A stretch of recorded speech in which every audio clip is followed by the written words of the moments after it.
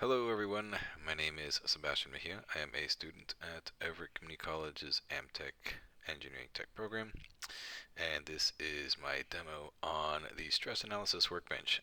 So, first thing you want to do is have your part. So, this is going to be the part that we're going to be using today. We are using material as well. You want to go ahead and add your material before you do anything.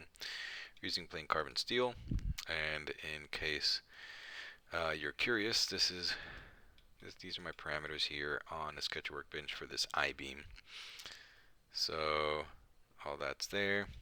Okay, and then for the actual pad itself, it's just a 200 inches outward facing us. So now that we have our part established, we want to go ahead and open up the static study workbench. So it's going to go ahead and load. Okay, so now that we're here, there we go. So now that we're here, what we want to do is we're going to figure out why this thing's not automatically popping up. That's what we're going to do.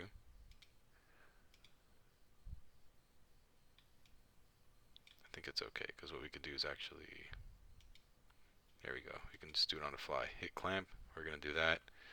Clamp that end. Hit OK. Interesting.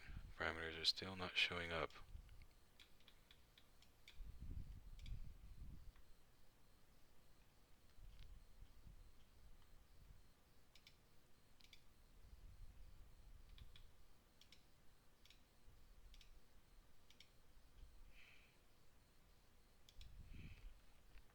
Hmm.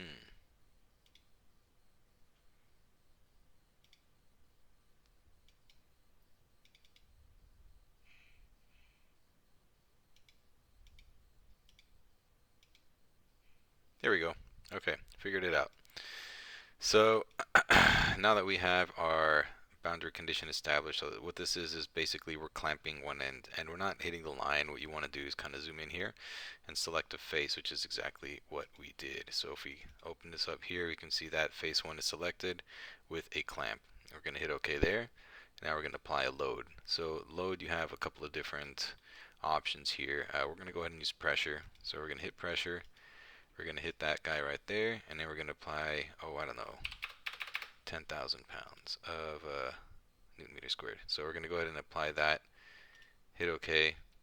Now you can see that's got a green check mark. That means your load is established, you are ready to go, and it's also present here as well. Now what we're going to do is go ahead and hit the simulate button, hit that. Now it's going to go ahead and run its calculations for us.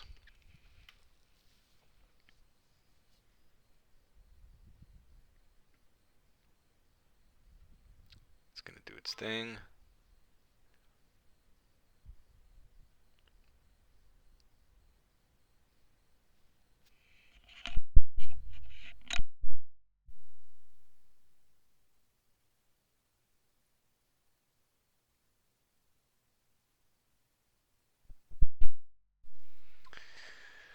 And then we're just going to patiently wait for it. This could take a while depending on your computer, your part, etc.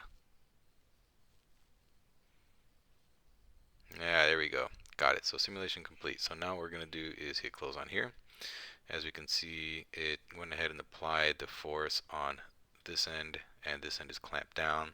Another thing we could do here is we can go ahead and play the animation, and it kind of shows us a simulation of the load being applied. Now the way to slow this down is actually right here.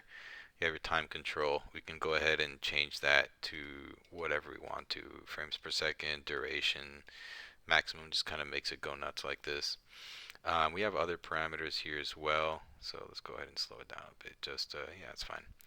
So anyway, the other parameters we could do are basically selecting what type of plot we want. So right here we have displacement, deformation, von Mises stress, factor of safety as well.